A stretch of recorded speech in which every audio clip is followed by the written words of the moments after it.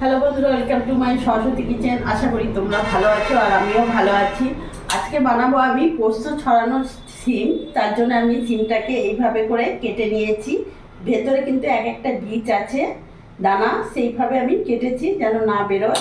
তার জন্য সিমটাকে ভালো করে কেটে ধুয়ে পরিষ্কার করে নিয়েছি। এবার আমি এখানে গ্যাস ধরিয়ে নেবো। তার জন্য এখানে আমি তেল দিয়ে দিলাম।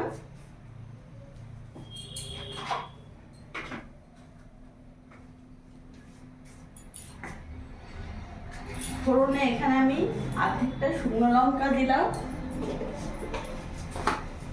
আর সামান্য অল্প গোটা জিরে দিয়ে দেবো।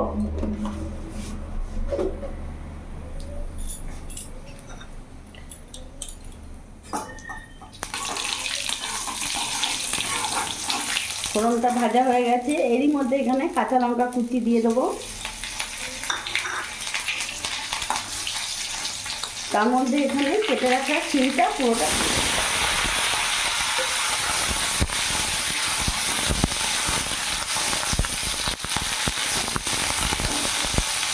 গ্যাসের ফ্লেমটা মিডিয়াম রাখবো।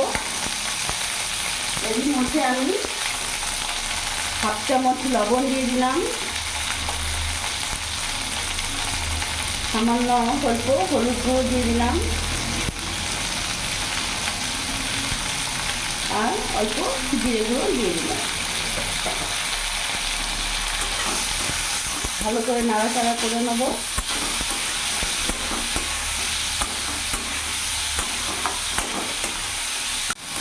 বন্ধুরা, এই রান্নাটা খুব তাড়াতাড়ি হয়ে যায় আর খেতে খুবই ভালো লাগে। একটু আলাদা রকম রান্না, কিন্তু সম্পূর্ণ পুরোপুরি এটা নিরামিষ।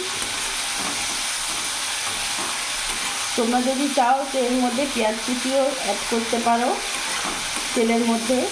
তো আমি পেঁয়াজ কুচি দিলাম না, আমি সম্পূর্ণ এটা নিরামিষ করলাম। এইভাবে আমি ভালো করে নাড়াচাড়া করে নিলাম। এবার আমি কিছুক্ষণ ঢাকা দিয়ে রেখে দেবো। গ্যাসের ফ্লেমটা সিম মাছ করে রাখবো।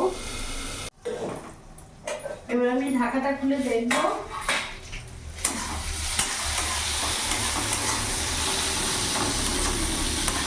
গ্যাসের ফ্লেমটা একটু বাড়িয়ে দেবো, সিম মাছ করা ছিল।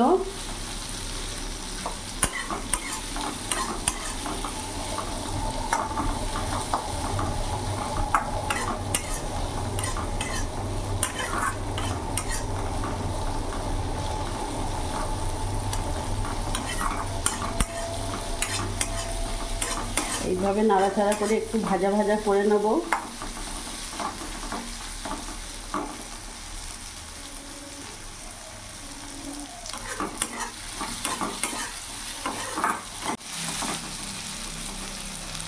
দেখতে পাচ্ছ সিমটা পুরোটাই ভাজা ভাজা হয়ে গেছে।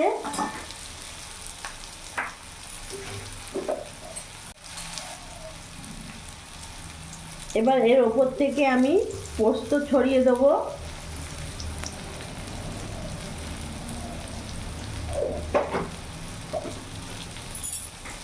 এবার ভালো করে নাড়াচাড়া করে নেব।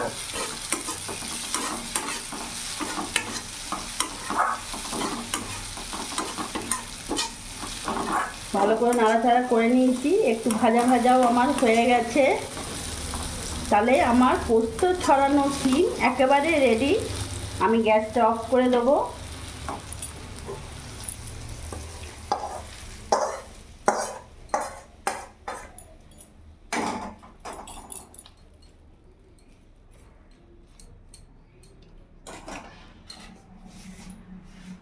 তো বন্ধুরা, তোমরা দেখলে আমি কত তাড়াতাড়ি পোস্ত ছড়ানো সিম রান্না করে নিলাম। গরম ভাতে দারুণ লাগে খেতে।